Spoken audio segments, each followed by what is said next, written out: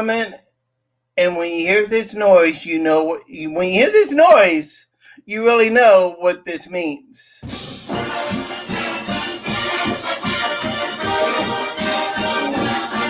Forever pride for Florida, make she forever. With songs for the flag today, cheer for the team to play. To the victory for Florida. One more time, Steve.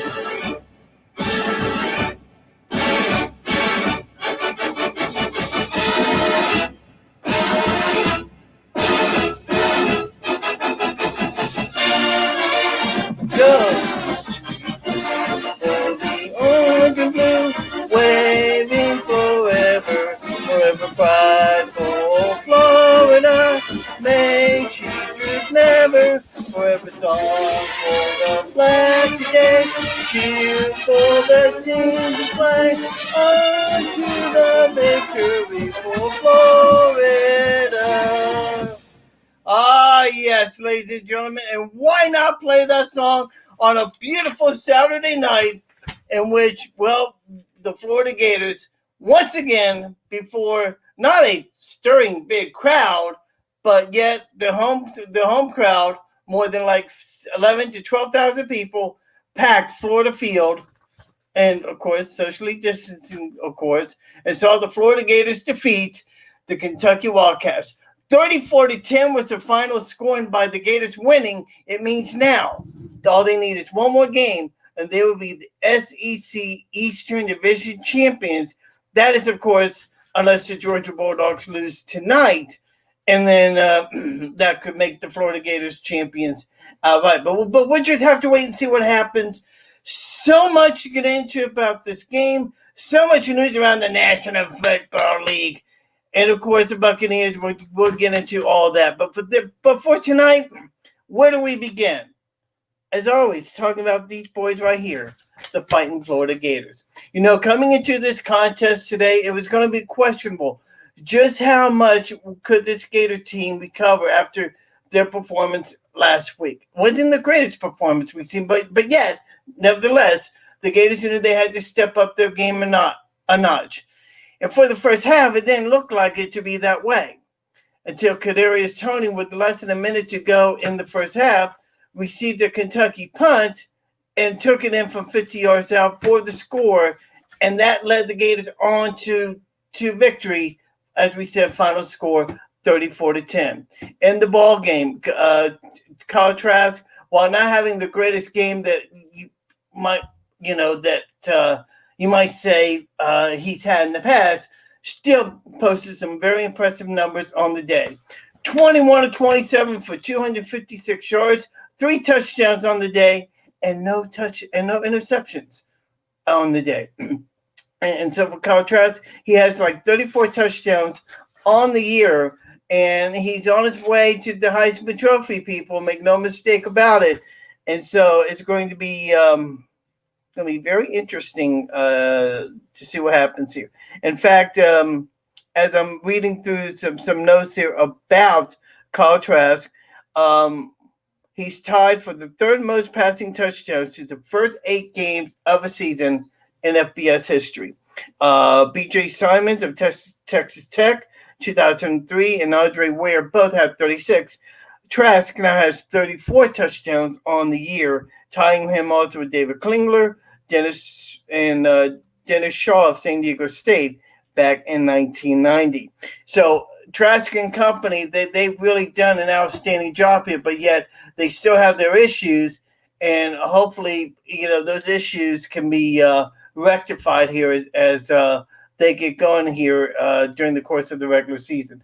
As always, we've got a chat room here, and I need to be opening that up for comments here. And if you want to, by all means, post your comments. If you'd like to get some thoughts on the game. We'll be going over stats and what happened during the course of the game. We'll also keep you updated what's happening around college football tonight. Clemson won their game. Georgia is leading South Carolina 14-0. That's in the first quarter with 5:52 to go. Texas A&M, they're up 3-0. That's in the first quarter as well. We'll keep you up to date on other games that's happening around the league. But man, what a performance by Kyle Trask and the rest of the Florida Gators. But let's face it, the first half was nothing to really get excited about. In fact, Kentucky was able to hold the ball in the second quarter alone for nearly 12 minutes in the second quarter. It got so frustrating that at one point, Dan Mullen was seen visibly yelling in the face of Todd Grantham. I mean, it got pretty bad.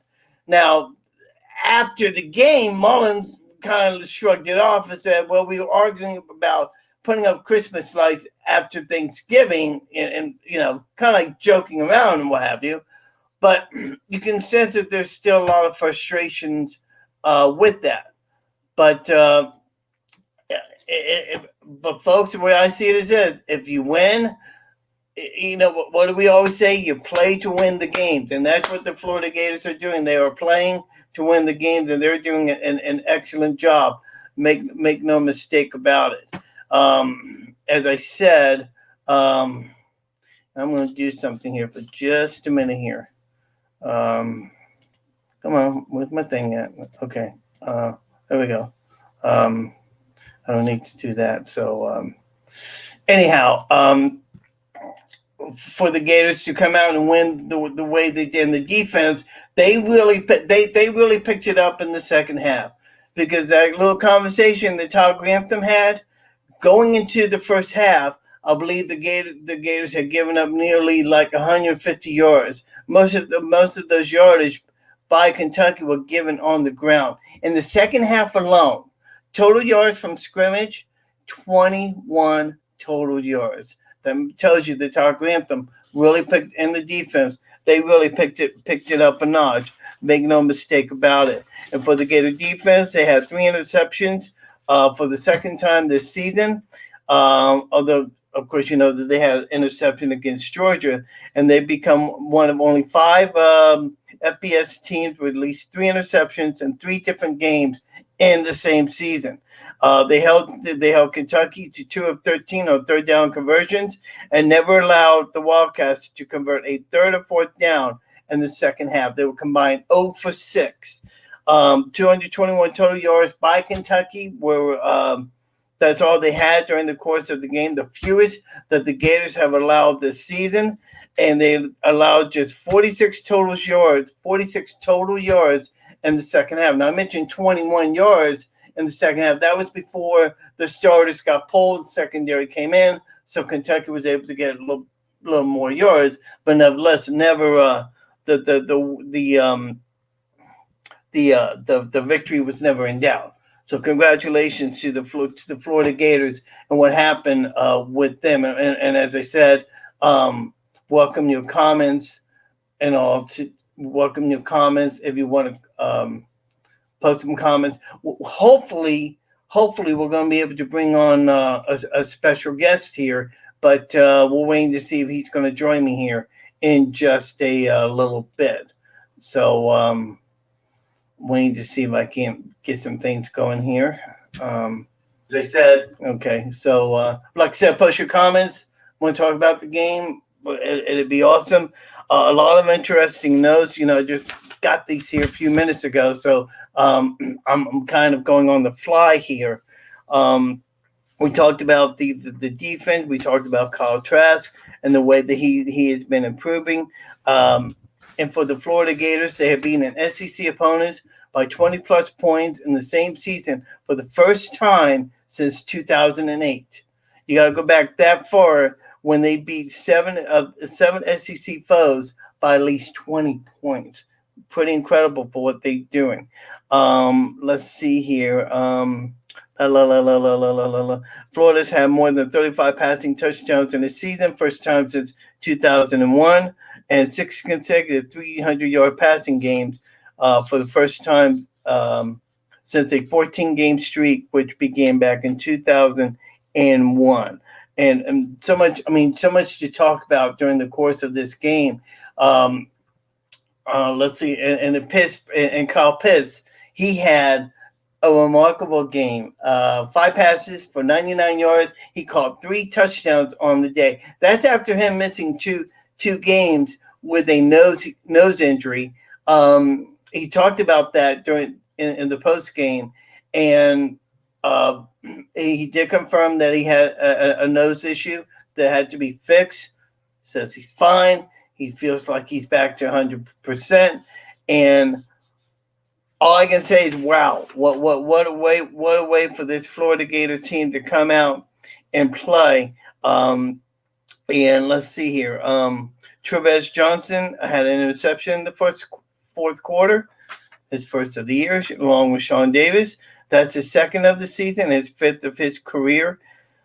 I mean, you take a look back, you take a step back, and you see how well this Florida Gator team played. And you got to think to yourself that this could be, first of all, there's no question that Kyle Pitts should definitely be in Heisman talk conversation.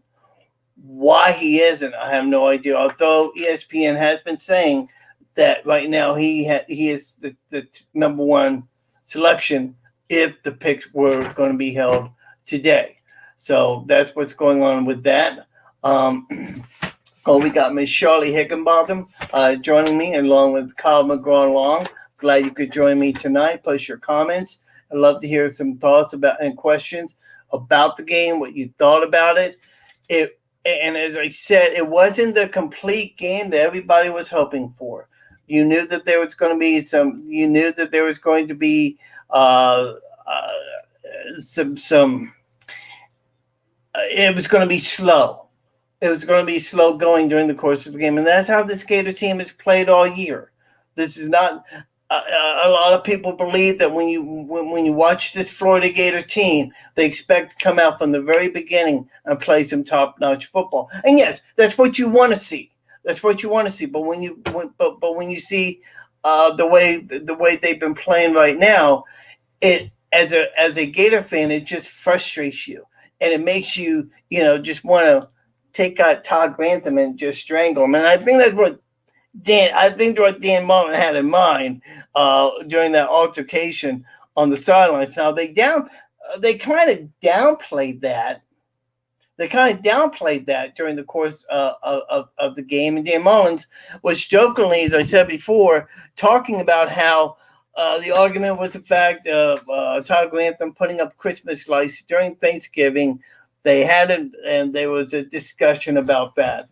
And as Tom McGraw-Long says, the defense is too unpredictable.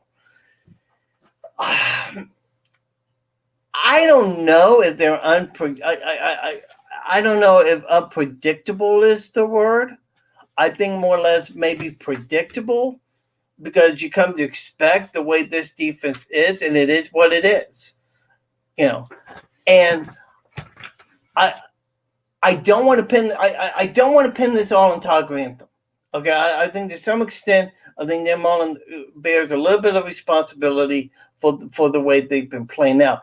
Does that mean that there should be a change at the defensive coordinator position? I guarantee you they're going to talk about that. There's going to be plenty of conversation about that. Sure, and yeah. And it looks like Mullen was giving it to Todd during the course. And he should be, with the way this defense was playing. This is in the second quarter. Kentucky was holding the ball for, 8-9 minutes in that second quarter? And you don't expect Dan Mullen to get upset by it? Yes, I would be upset. But Kentucky was smart. If you stop and you really think about it, Kentucky was really smart to play to use their running game very effectively, and in the process, oh come on, Kyle, you don't believe that? Come on, now you're not saying Dan Mullins is lying, would you? Kyle said there's no way they were talking about Christmas decorations. I wouldn't blame Dan Mullen for the way they were playing, but you got to give Kentucky some credit, and the way and Mark Stoops and the way they were playing this, because they knew that the more they kept it out the hands of Kyle Trask, the better chance they had of keeping this game close. But once Kadarius Toney got the 50-yard touchdown, kick off that punt return for 50 yards, ran it back for the touchdown. That's when that momentum started to change for the Gators, and I really liked how Kyle Trask was really poised during the course of the game. He never got rattled. He just took his time, through his made good selections of its picks. You know, and actually did a very good job. Nintendo posed, a good friend of mine, Nintendo posed. Guess that guess what? Dan got his wish, and the D stepped up, and Dan's slow play offense in the second half was crap. Um, I think I think what you mean by the second half being crap is just probably the slow play of the offense. I don't think that Dan Mullins is the kind of guy that wants to really rack up the score and get a lot of major points and rubs it in. I think for Dan Mullins, his biggest thing, what he wants to do, let's win the game, let's get out of here, let's focus on our next opponents. And I get that. I get that a lot of people want to run up the score, you know. Um, but I don't think that he's in a position where he wants to um, win it by 40 points or so. You love to see that happen. I would love to see that happen. Win by 40 plus points. But by the same token, you got to be careful what you wish for, because at any because at any given point, you could have a major injury that could develop. You could have Darius Tony going down. You could have the receiver Shorter go down with an injury. You know, um, you know, it's it. I mean, um, I don't know what you need to over damn it. I mean, I don't know what you mean by that, but I mean, I get what you're saying. Um, you know, if you, one of the things that people have to remember about college football, it's the fact that your objects to win the game, no matter if it's by 1 or by 30 or by 40. Now, for fans, they want to see this. They want to see this team just up and just score like crazy, run it up 30, 40, 50 points. I get all that, but you don't. But I don't think you want to overscore, you know. So and and I know that you want to take the ball down, and you want to score as much as possible. I get all that. I get all that. But a lot of times when you I don't know if the word overscore is the right term to use. It kind of puts it in a bad place. If you know what I'm saying. Okay, I know you guys want to see them just score, take down the field every single possession and score. I would love to see that happen, but I also understand Dan's thinking and the way he's going about it. Um, well, Lynn Rice, so you let EJ take it down the field 45 seconds and don't let him score. Well, we've seen that happen. And no, you're right. I don't want to take a nap second half either. I get that. Yeah. I get that about the fact that you want to see excitement. You want to see it build up. But given everything, as I said, I think Dan's biggest concern right now is injuries, is being. I don't want to say. I almost want to say the word conservative, but I don't think that's Dan's thinking.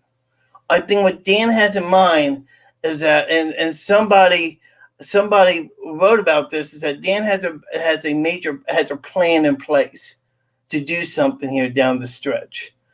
Now, Gators' next opponent is going to be Tennessee. That's going to be in Rocky Top next week. It was a game that was originally scheduled earlier in the year, but because of COVID, that game had to be canceled. And and now they're going to play that game next week in Rocky Top. I don't want to say expect more of the same. What I will say is let's see what happens, you know. And as Kyle McGraw said, I like the Spurrier way. Score. I love it too. I love it too. Score each and every opportunity you get. But you also in the process want to be careful about this, you know? And looking over into my left here, watching LSU against Texas A&M, and LSU is starting to have a pretty good drive going here against Texas A&M. By the way, that game is at Texas A&M. So, oh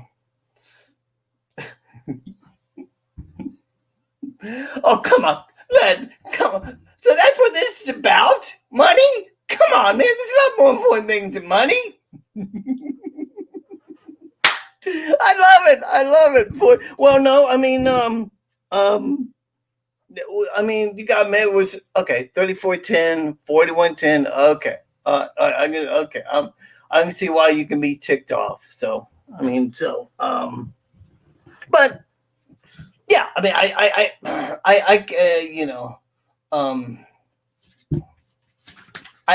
can see the point. I can see the point of view that you're talking about wanting to score more. And like I said, I would love to see it. I would love to see them score, but LSU was fixing to score a touchdown, but the foot was out of bounds. But I get it. I get it. You know, exactly. Exactly. You've hit it to the head. Throw caution to the wind. If you think about this for just a minute, they take on Tennessee next week. That should be a blowout. Then they're going to come home and they're going to face against LSU in the final game of the regular season at home. Now, I am not going to even post that. I am not going to even. Should I delete? No, I'm not going to delete. I'm going to be a nice guy here. Okay, all right. I'm going to post it here because I don't like to put politics in my thing. But Dan lets off TDs like Trump votes. So, but yeah, true. Yeah, true. And the spread was not covered. But let's also keep one thing in mind too. Let's also keep one thing in mind too about the first half. It's the fact that, remember, Kentucky held the ball for nearly 10 to 12 minutes in that second quarter. Okay, so really and truthfully, that did not give time for the Gators to get a hold of the ball too much. So call it what you will, call it bad defensive play, call it good defense by but bad defense by the Florida Gators. And yes, there's no mistake about it. The defense in the first half was just horrible. And for the life of me, I have no idea why these guys start off so bad. You know, it was just one of those deals. Just one of those deals where we're into game 7. Game 7, game 8. I don't know who this guy is. Gators are a waste of time. But yeah, I know. I mean, every time this team gets into a third down situation, it's like, please hold them,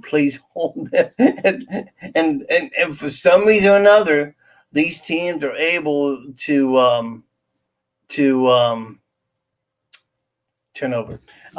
These teams are able to just hunker down and able to figure out what this defense is doing. I would tell you right now, things need to change on this Florida Gator defense, and I think that even as Kyle, tell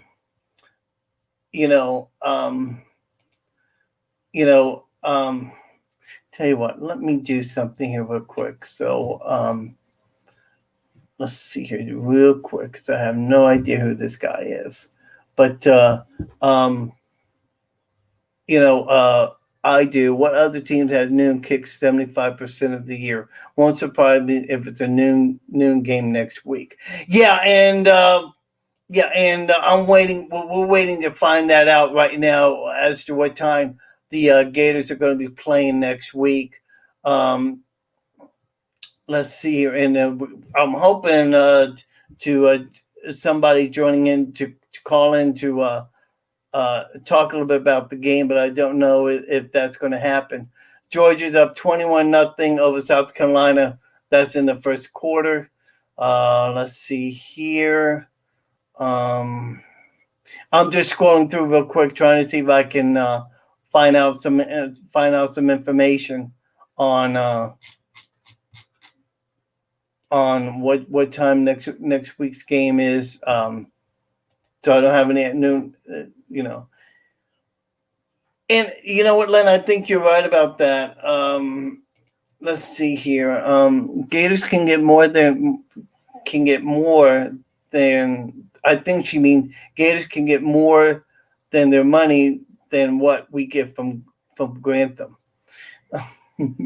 Yeah, I get the gist. I get the gist, and yeah, I know exactly. I know exactly what you're saying, and Len, you're right. The noon kickoff time is. I don't know. Well, think about this for just a minute, okay? And by the way, for those that don't know, joining me on the Animal Football Insider, catch me on Twitter, Periscope, Facebook Live, what have you. And we got a list of people, including Nintendo, Commodore Long. They're joining me tonight, in conversation. I was hoping to get somebody else to join me here to talk Gator football. He may join us a little bit later on, and we'll see what happens here. But let's see here. Noon kicks are a slow start. Let's keep let's keep in mind, okay? And for a typical Florida Gator game, they usually are up by I want to say 6 to 7 o'clock in the morning is when they will get up.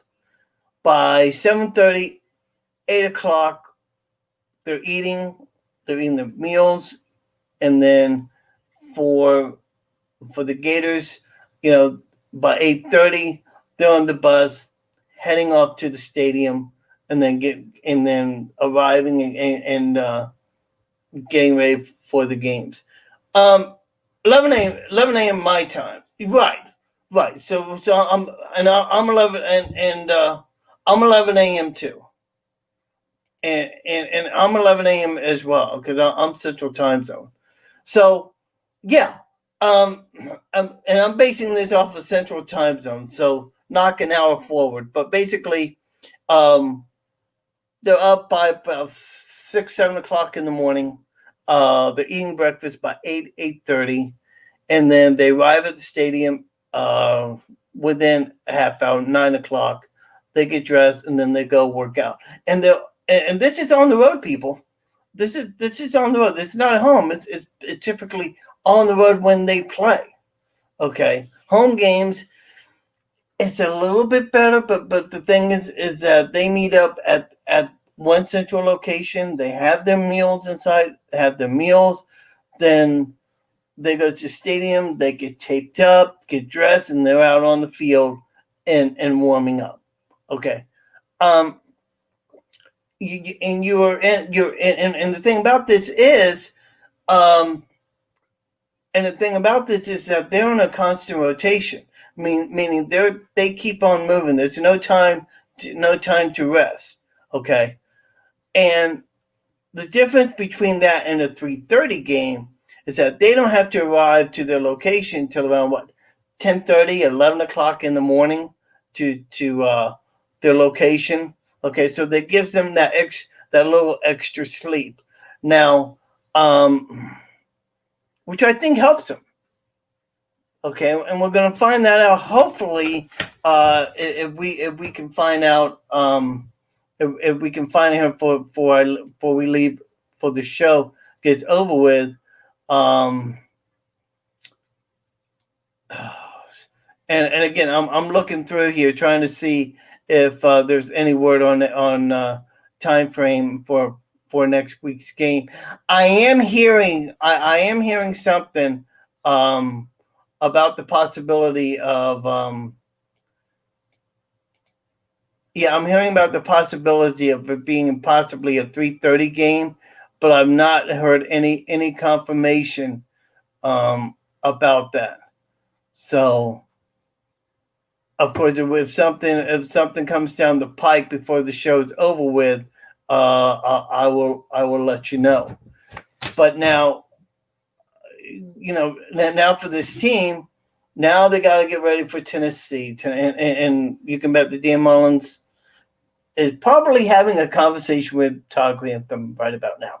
Okay, I think that conversation, I think that conversation is happening. And as we were talking about on Twitter earlier today, Twitter was a buzz about all this. Okay, I mean there was a lot of conversation at one point. Somebody thought that Todd Grantham might not be the defensive coordinator after today. Well, there's a lot of fans that would just love to see that happen, but the problem is. Let's see here. And Lynn says, Bama and LSU would take the 3:30 slot. My question is on the December, if we play LSU, who does Bama play? Oh, I'm not sure that they have another game. I'm not sure, and I'm you might, and if you want to check that out for me, Lynn, I appreciate that. I'm not sure if they have another game. I can tell you this. If you'll give me a minute here, I will.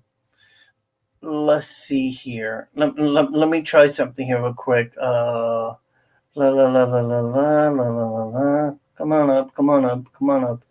Let's see here. I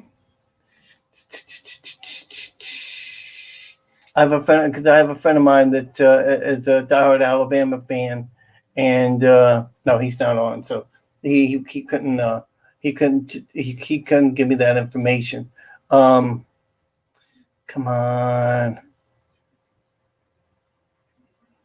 Okay. Yeah, he could. I mean, exactly. Yeah. Who does Bama play? I mean, I am thinking. I am thinking that. And by the way, Vince Gerasi has joined me as well as Vince. We're talking about the Florida Gators and their game, their win that they had today. Hang on a minute. Len Tyndall's got me. Okay.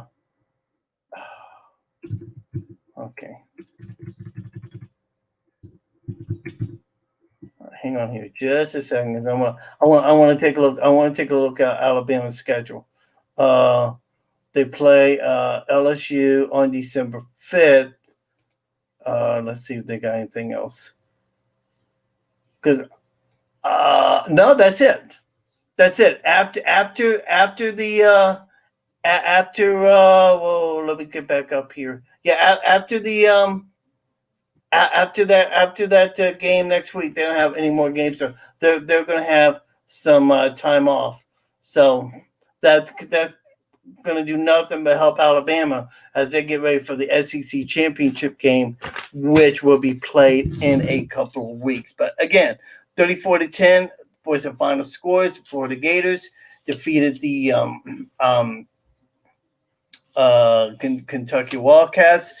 And what I loved about the game is we get into a little bit of conversation with X's and O's, just a little bit. I'm not an X's and O's kind of guy, okay, but I love the way the Kyle Pitts play, not just with the 3 touchdowns, but Kyle Pitts, I could tell, was throwing some blocks here and there.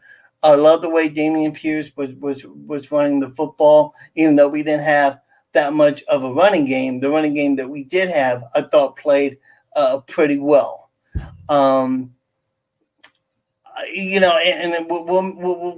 we'll say what we want to say about the defense, okay? But anytime that you can limit a team to 222 yards on the afternoon, it only gives up 21 yards with the first team, or even 46 yards in the second half. 46 yards on the day, then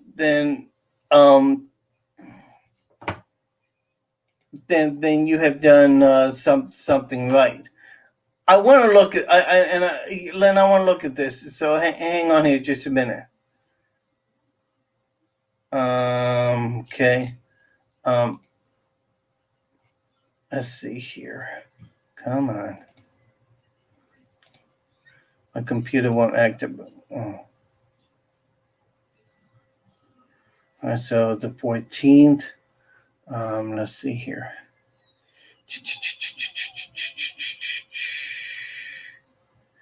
Alabama plays against LSU. We know that. Then the last week before the championship games.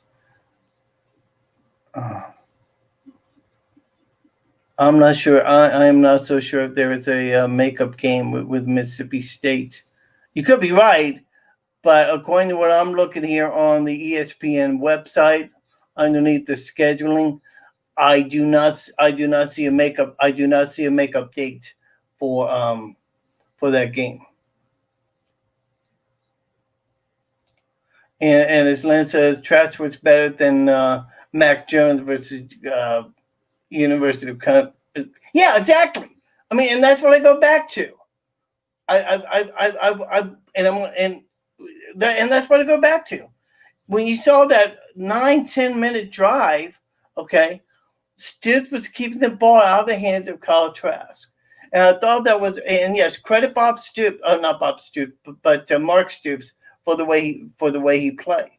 Okay. And I thought that he did an outstanding job during the course of the game in terms of X's and O's. And look, I have no problem with the way Kentucky played. I thought that for the most part, their game plan was pretty much set in stone. I got frustrated with the way our team was playing because I know that we could play a lot better. And Dan Mullen knows this. He knows that we are better than this. Now, Len Tyndall brings up a point that we shouldn't play at the 12th. And what he's talking about is the game against LSU. That is our final opponent. Here's what I say to them.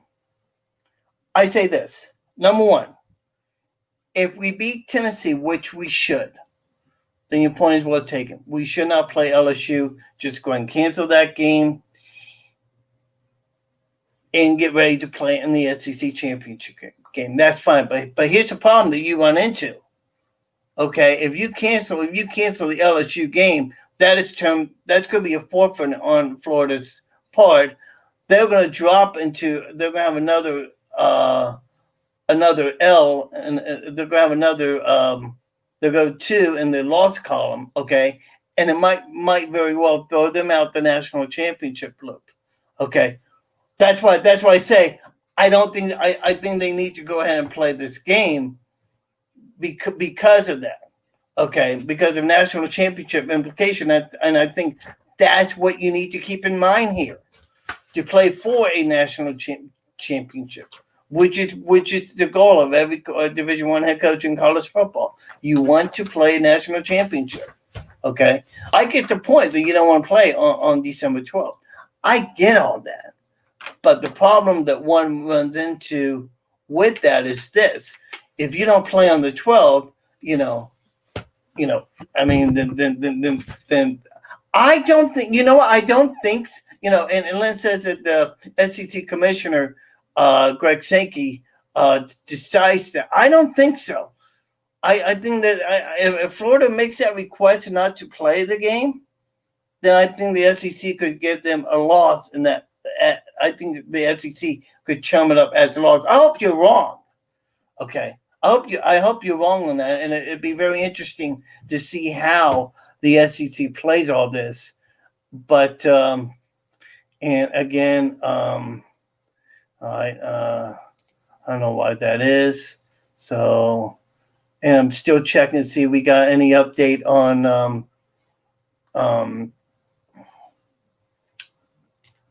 Now this is interesting. And I'm looking through Twitter here, Okay. Somebody posted this comment, says that Kyle Trask might win the Heisman Trophy, but Kyle Pitts is the best player on the Gator roster. Which brings up the question then, why isn't Kyle Pitts being subject of conversation for the Heisman? Okay. So, oh, please don't get me started on that. Okay, so on your theory, according to what Lynn says, how in the hell is Ohio State ranked top 4 playing 4 games? Believe me, I have been I have been on this rant. I have been on this rant for weeks now.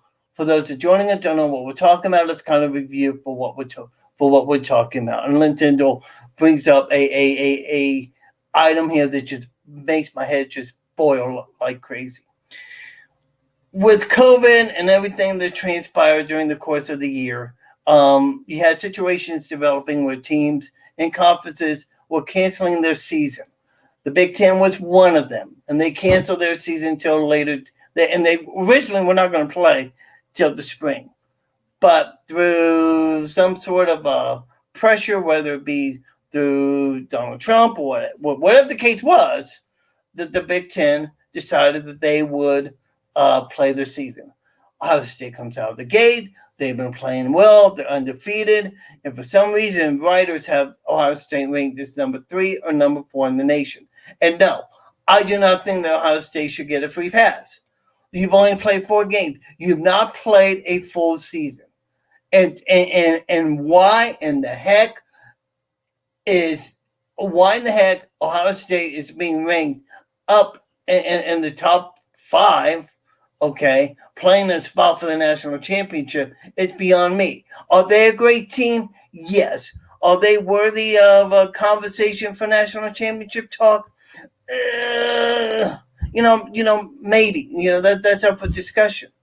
But the fact of the matter is you've only played 4 games during the course of the year. Why should, and Lynn Tyndall is 100% correct, why in the heck should Ohio State get a free pass and have a spot to play for the net and be part of the college, be a part of the college football playoffs? We've just played 4 games, people. 4 freaking games. And it just burns me to a crawl that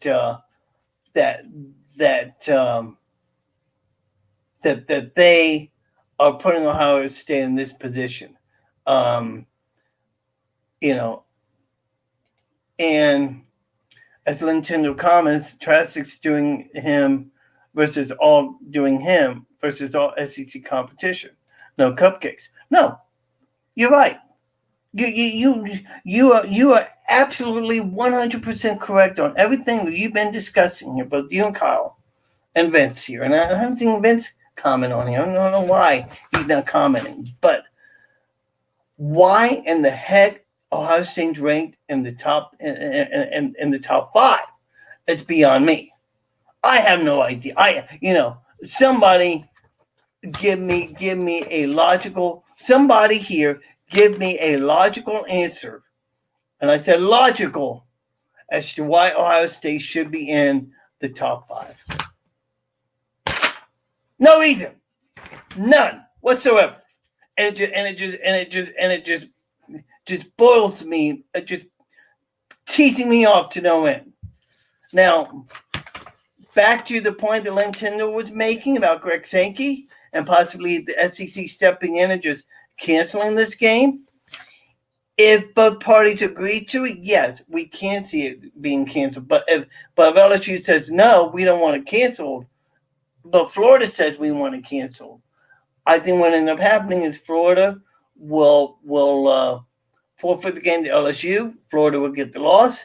Florida is out of the national championship competition.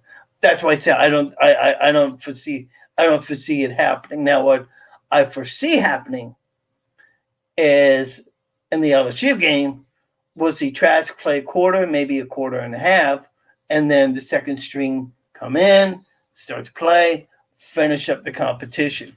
But LSU right now, they're giving it to Texas A&M. It's still 10-0. But LSU is giving it all it's got. Make no mistake about it. Oh, did I tell you also today the history was made in college football, and it has to do with the SEC. The Vanderbilt Commodores was taking on Missouri in Missouri. And by the way, Missouri, they have some great fans. They're fantastic. They do, and they really do they treat their visitors very well. Props up to them because I've been there a few times. But they were taking on Vanderbilt. Now, why we're talking about this is because Vanderbilt has a female kicker. It has a kicker who's a female who is going to be playing in a game. Okay, making it the first time ever in Division I college football history that a female would be playing in Division I ball. And she only was able to do a kickoff because Vanderbilt was unable to score. They got shut out during the course of the game. So Sarah Fuller is her name. She got to do a kickoff, and she actually played in a Division I college football contest. So hats off to her, and very excited for her and for all of college football as well. Okay, Lynn. Okay, all right. Lynn is saying Sankey made sure. Let's see. Sankey made sure that the Florida Georgia game had to play a game the week before. Well, I agree. I agree with that, but the circumstances here are different. I think what you have to understand here is that the circumstances are different here. Okay, the fact that first of all, it's a meaningless game. I'll grant you that it's a meaningless game, but I'm starting to wonder. I'm starting to wonder if maybe LSU has something to say, yeah, we want to play this game, okay? And I don't know what kind of power. I don't know what kind of power Sankey has. I mean, Sankey has a lot of power. Now, to what degree? I don't know if Sankey has the power to just up and up cancel the game. I kind of would like to see that happen because it would give Florida more time to prepare for Alabama and rest up. But the bad side to all that is if Trask gets now playing, he can't boost his numbers for the Heisman. So there's a catch-22 to all this. How this plays out, I have no idea. So again, but we're getting way too far ahead of this, and we'll discuss this more on our Thursday edition of the Animal Football Insider, 7:30 p.m. Central Time, right here on Facebook. And you guys are more than happy to join me and talk. We'll talk. And Len, I agree. Let's get to Atlanta now. I totally agree with that, brother. Let's get to Atlanta now. I got to get Len Tyndall on here sometime to discuss everything that we're talking about here. So we may be able to do that now. Let's switch gears here because of course we're going to we've been mostly about Gators, about the Gators and SEC and what's going on in college football. But there's some other news that's happened. And first of all, the Bucs in Kansas City, they're playing in Raymond James Stadium tomorrow afternoon, 4:25 Eastern Time, 3:25 here in Iowa, or in Central Time. Patrick Mahomes against Tom Brady, an opportunity for the Buccaneers to rebound from a horrible contest that they had the week before. And the one good thing about the Buccaneers, we talked about how the Gators have been playing at 11 a.m. in the morning, what have you. For the Buccaneers, their times have been Sunday night, Monday night, Thursday night. It's been all over the place, and there has not been any consistency in the time frames which they play. Now, a lot of people say, "Hey, it doesn't make a difference," but in a lot of ways, it does, because it affects your body. It affects the way you play the game, the way you handle your game week preparation. It really does affect you in more ways than anybody could really imagine. So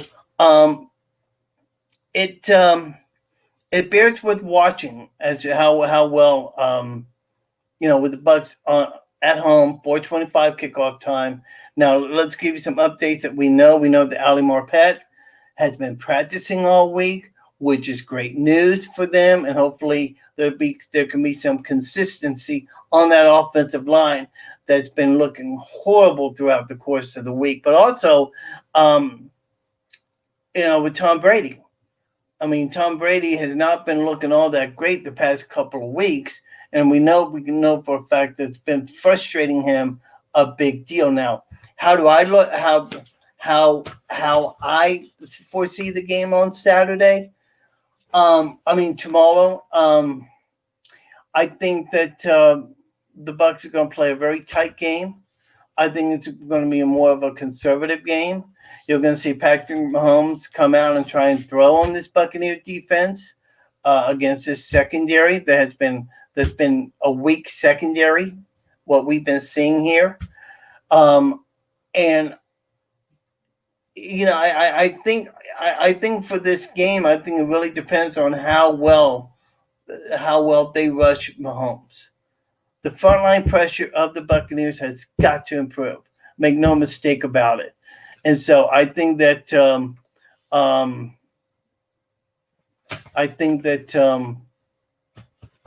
in the end, I think the Buccaneers pulled this one out just by hair.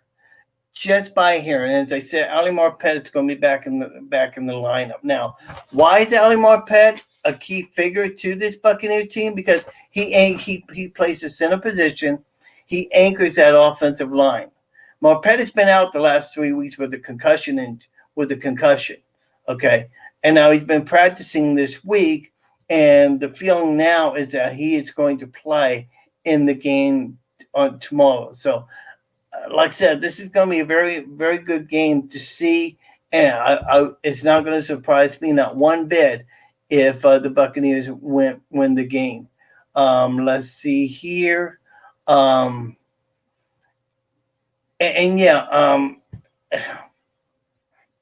so I think the Buccaneers are going to have a very good game tomorrow, and like I said, I think there's a very good chance that they pull out the win. But it's going to be let's see here. I'm looking at this. Alabama won today. Notre Dame won. Clemson won. Ohio State, they canceled the game, Illinois, because of COVID. Okay. And by the way, we should point out by Ohio State, and I'm sorry for changing subjects on you in the last minute, but by Ohio State pulling out, if they don't play next week, chances are that they might not even qualify for the Big Ten title.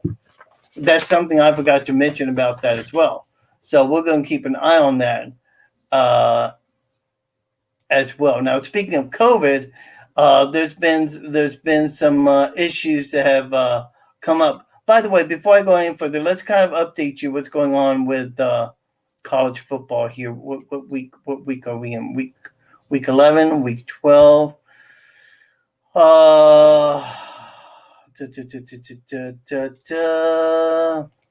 Sorry, guys. I'm a last minute kind of deal here because I always like to get you guys updated on what's happening with the scores. Let's see. We know Alabama won, Clemson won. We talked about the Gators. Michigan State defeated Northwestern 29-20. Northwestern was ranked number 8 in the country. Indiana's expected defeated Maryland. Let's see here of any other notable games. Penn State defeated Michigan here. And oh, by the way, let's get back to the NFL because there was some news that developed around the National Football League that you all need to know about what's going on. First and most importantly, we can tell you that there was a firing today. The Detroit Lions fired Matt Patricia and general manager Bob Quinn. Now, why we mention that is because Jim Harbaugh, who's currently the head coach of the Michigan Wolverines, there's been a lot of talk about Harbaugh coming back to the National Football League. Do not be surprised. Do not be surprised if Harbaugh starts to make his presence felt here and in the end does not become the head coach of the Detroit Lions. it would make perfect sense for it to happen. Whether it does, it all depends on how the ownership approaches it. Do they want to go with a coach, hire a coach, then a GM, or hire the GM and let the GM choose the new coach? People have different ways of doing it, but so it's going to be interesting to see what happens. Now, there's some COVID news also. There's also some COVID news on the front, and unfortunately, it's gotten a bit crazy because in Denver, all three of their quarterbacks were tested positive for COVID, and so they'll have to go with the wide receiver to be the backup quarterback in their game tomorrow. Now, as you all know by now, the Ravens had COVID issues. Their game right now has been moved to Tuesday as of right now. Okay, as of right now, that game has been moved to Tuesday when they take on the Pittsburgh Steelers, a Tuesday night game, 7 o'clock. That'll be on NBC.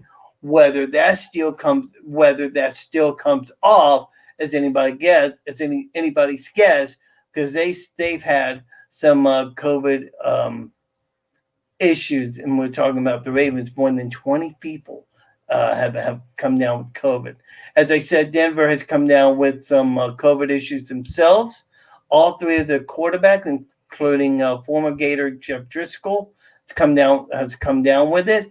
And so they're going to be those quarterbacks are going to be put in isolation, and they're going to have a wide receiver to be a backup when they take on the New Orleans Saints at home tomorrow afternoon at 3:05. Now, some other news involving COVID involves the San Francisco 49ers, actually the city of San Francisco. They had a situation developing where the city has announced that all recreation, whether it be professional or amateur, any of that nature, is now being prohibited. And that does include the San Francisco 49ers. So the 49ers don't play at home for the next couple of weeks. They're trying to make alternative plans to play in new sites. We're going to follow that story as it goes along, and we'll have an update for you on Thursday's edition of the Animal Football Insider.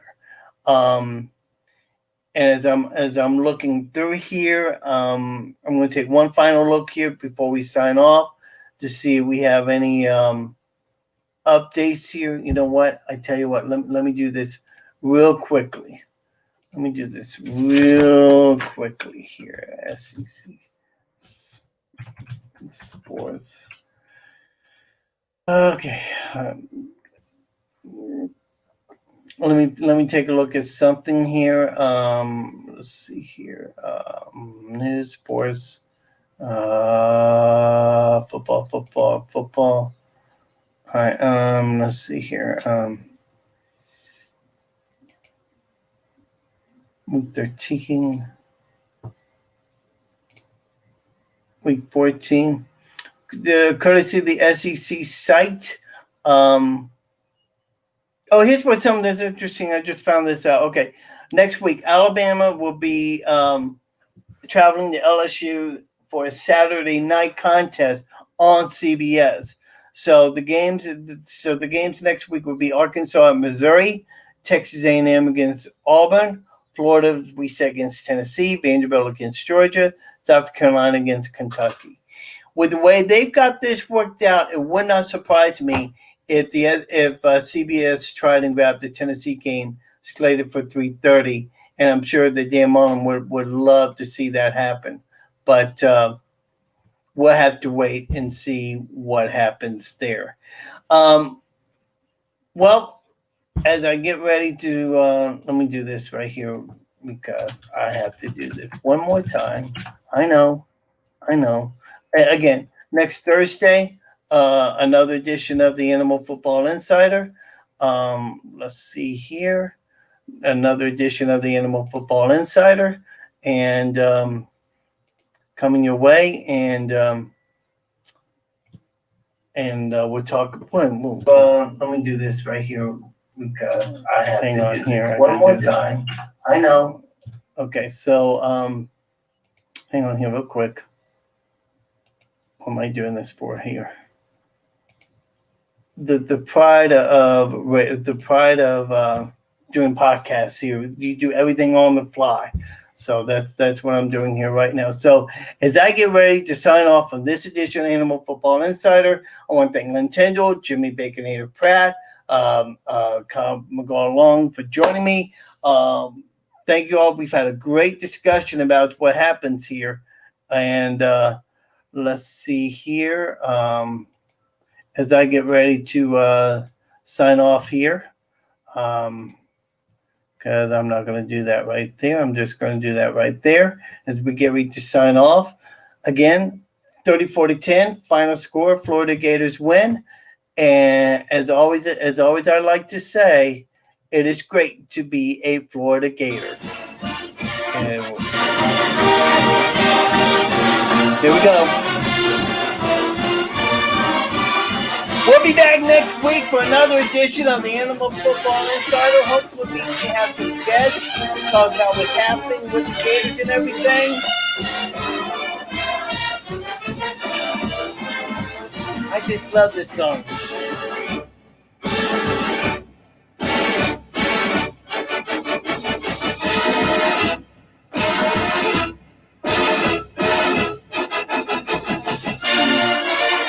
Go Gators, cheer for the orange and blue, waving forever.